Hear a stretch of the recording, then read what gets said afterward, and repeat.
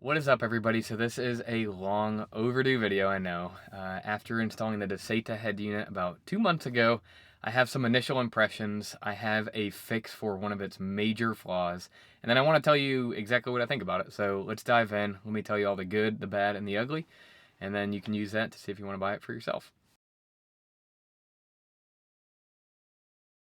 So let's dive right in. I now have it fired up, and as you can tell, it looks a little bit different than when I first did the install video, and that's because, hey, this thing has awesome like customization, where I was able to kind of get different widgets to how I like it, different background to how I like it, and I just think it looks really, really good. So that's first on my list, is this thing looks like it belongs in the Tundra. Like, literally when I have some people come in the truck, they're like, whoa, is that factory? I'm like, no, but it should have been. Now, like, the body lines perfectly match up. I've never had like cracking or weird plasticky noises as I'm using it or driving around. Like, it just feels solid. And then I will say, like, the quality of it, when you look on the screen, and I know this camera can't pick it up, but it literally looks like an iPad. Like, it's crisp and just looks awesome with the glossy finished screen. So I really, really like the way that it looks. Next is the responsiveness. So as you're kind of buzzing through this, like, we all know if you have something that isn't responsive, like, it just makes it horrible to use. Now this thing, again, is like an iPad. The way that you can kind of buzz through these apps, go in and out of Apple CarPlay, go in and out of the radio, like, it just works really, really well. And it's really user friendly. So when someone's in your car and they kind of have to go through here, like, everything just makes sense in it. Next I have to say is the buttons. So a lot of people were asking questions about the buttons, like, are these actual buttons? Are these touch buttons? And, oh, it should have had a knob. Although I like knobs, right, where you can have something physical, where you can feel it click, I will say I've learned to really like these buttons because it just looks sleek. There's no ugly knob sitting here. So yes, they are touch buttons, but I've never had, like, as you can see here, like, the volume will go up one, down one, and it never like triples up or glitches out. Like, it always clicks the button that you want it to be. And even like if you get caught in between two of them, like, it doesn't do anything weird. It actually just works really nice.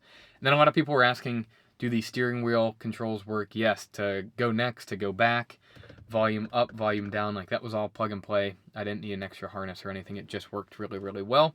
So that was a big plus. Next I have to say is there's a lot of functionality of this radio. And a lot of people were like, why don't you use Google? Why don't you use YouTube? I'm like, I don't really care to use that stuff while I'm driving, but you can put a SIM card in this and then get the functionality of all these cool apps, I guess. But for me, what I will say, I use the equalizer a lot.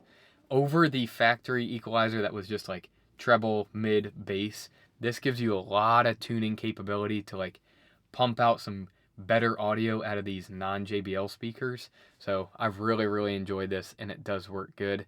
And I will say, like, it's not going to magically make your speakers sound amazing without like a new amp, without new speakers, but it definitely lets you level up your sound quality. And the next is, of course, Apple CarPlay.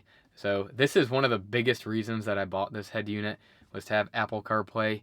Again, it's super responsive. You can go in and out of Spotify. You can go in and out of maps really, really easily.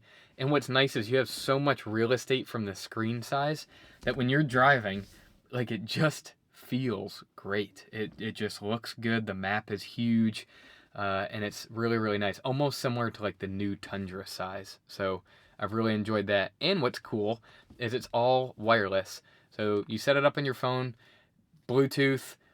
Takes 2 minutes to connect, like, permanently via your phone, and then you never have to connect the cable again.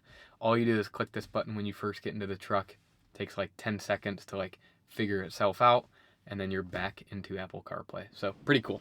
All right, so now two big gripes that I have with this is first a volume setting. I don't really know like how else to explain it. So I want you to think of this divided in two. Is the radio functionality, which is this, right? So the radio would be playing at this moment.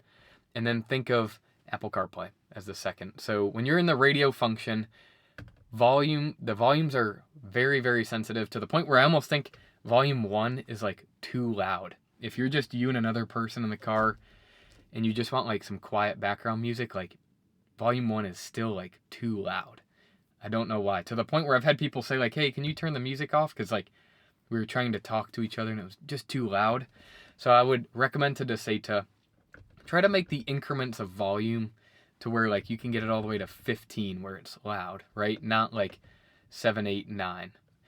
So that brings me to, when you go into Apple CarPlay, it has different volume settings, maybe because it realizes that people want to take it all the way to 15, and that's kind of like a loud volume.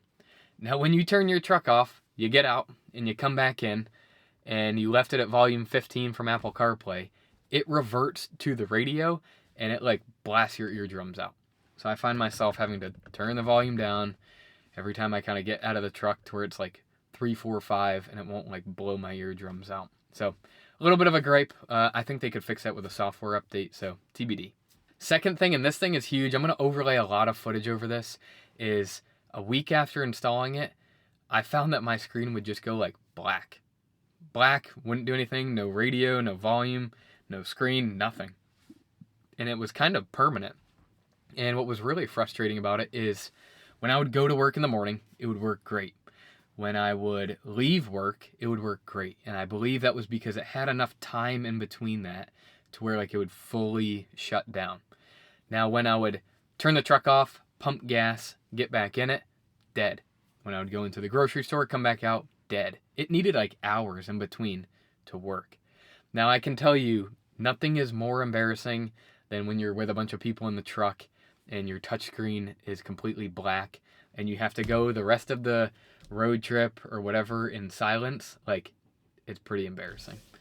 So I will say, I reached out to Dasaita, and their customer service is like second to none, where they emailed me an update link within a couple hours, and they said, do this software update, it should fix it. And I'll put that in this video. Or they said their new Android operating software doesn't really have that problem. So they said you could send it back and upgrade to the Android one. But I really like the way that Vivid looks. It's a really nice and pleasant looking operating system, so I really wanted to make it work. So in this video, I'll show you how to do that software update. And long story short, it literally fixed it immediately. I've never had the screen black out on me. I've never had issues with anything else. Like, it just works.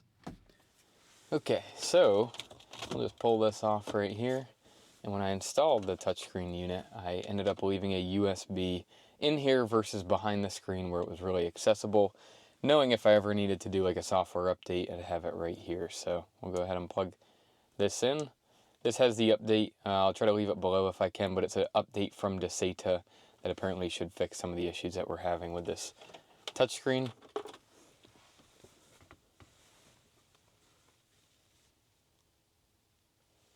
Right there it says that it sees a update package. We'll say install.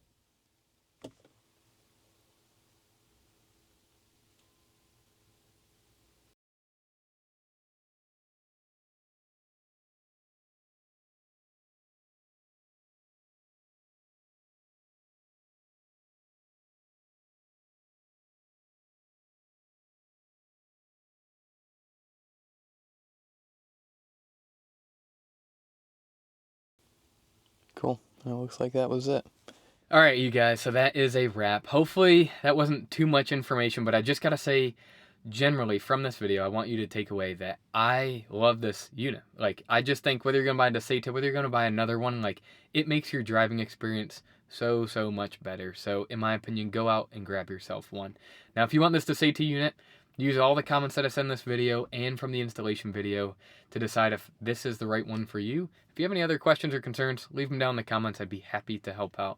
So thank you very much for watching. Stay tuned for some more mods on this truck, and we'll see you on the next one. Peace out.